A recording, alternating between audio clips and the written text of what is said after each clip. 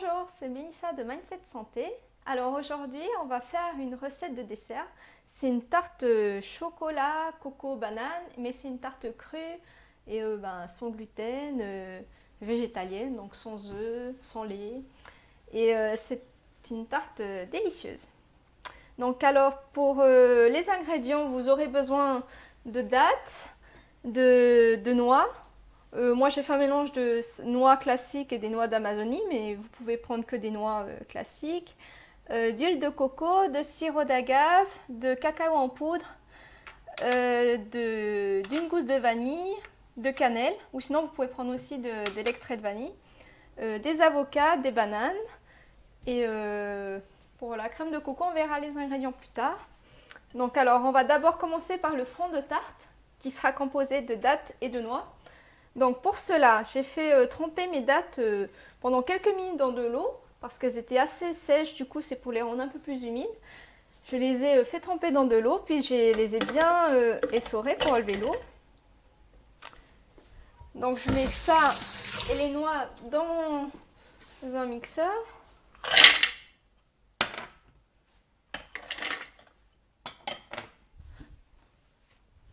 Et on va mixer afin d'obtenir une pâte.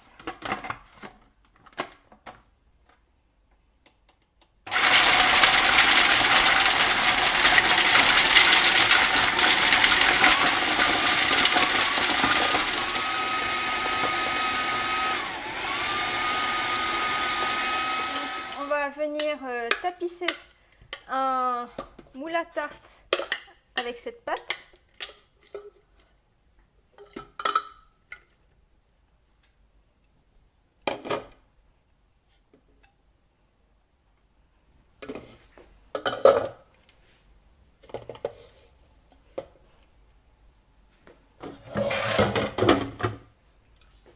Donc on va faire ça avec les mains.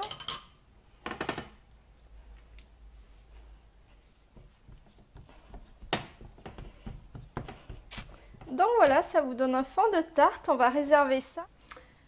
Ok, alors maintenant que le fond de tarte il est fini, je vais découper des bananes en rondelles et les disposer au fond de la tarte avant de mettre la crème au chocolat.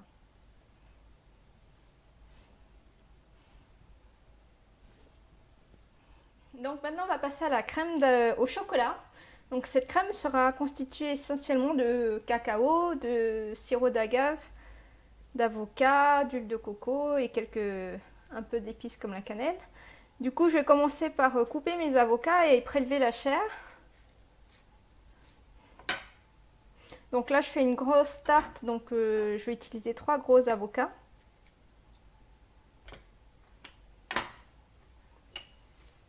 Ok, donc là, on a nos avocats dans le mixeur.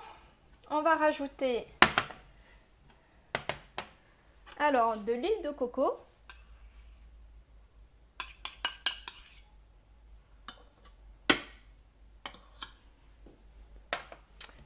Du sirop d'agave.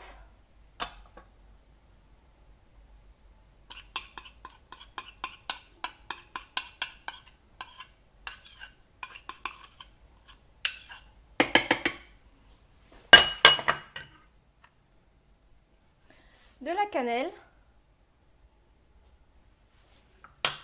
Et du cacao en poudre.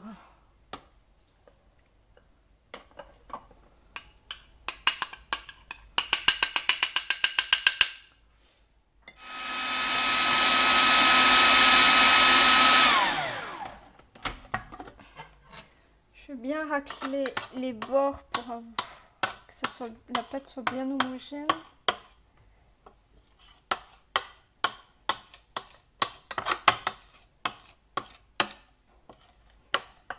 Et vérifier qu'il ne reste pas de gros morceaux d'avocat.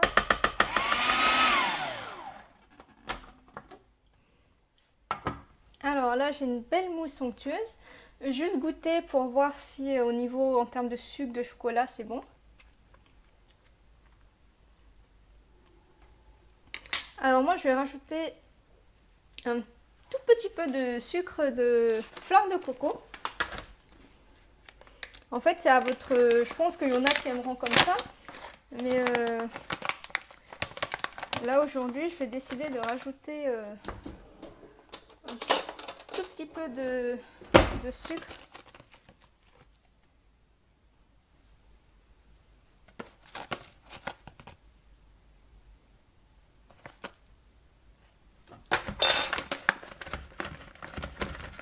En fait, je vous conseille toujours de goûter, d'ajuster à votre goût en fait. Voilà, donc là, moi, cette crème, elle me paraît très très bonne.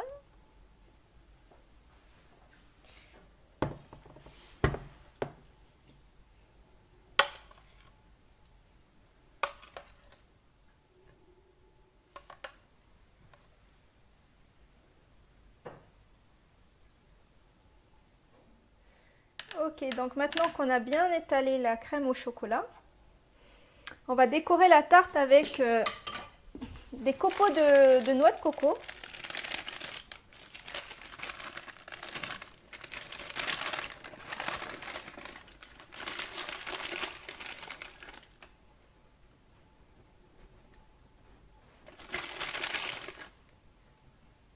Donc voilà, la tarte est prête. Nous allons passer à la crème chantilly à la noix de coco. Comme cette tarte elle est assez, il y a quand même beaucoup de crème, du coup nous en général on sert la chantilly à part et les gens, ceux qui en veulent, prennent la chantilly à la noix de coco avec. Donc c'est comme vous voulez. Donc on va passer à la chantilly à la crème de coco. Donc nous allons passer à la recette de la crème de chantilly à la noix de coco. Donc pour cela, j'ai mis au frais une boîte de lait de coco. Je l'ai ouverte et j'ai récupéré en fait le gras, ce qui est resté en surface, la partie solide. Donc on va passer ça au mixeur avec du sucre et de la vanille. Donc ça va nous donner une chantilly. Alors je vais commencer à battre.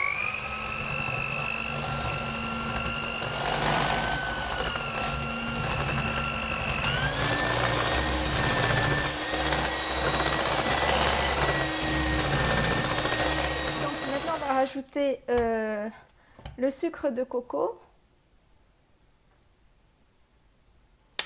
et la vanille.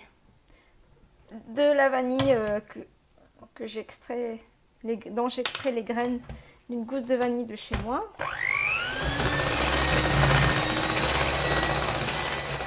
Donc voilà ce que ça donne. Une belle chantilly à la noix de coco, réalisée sans crème fraîche.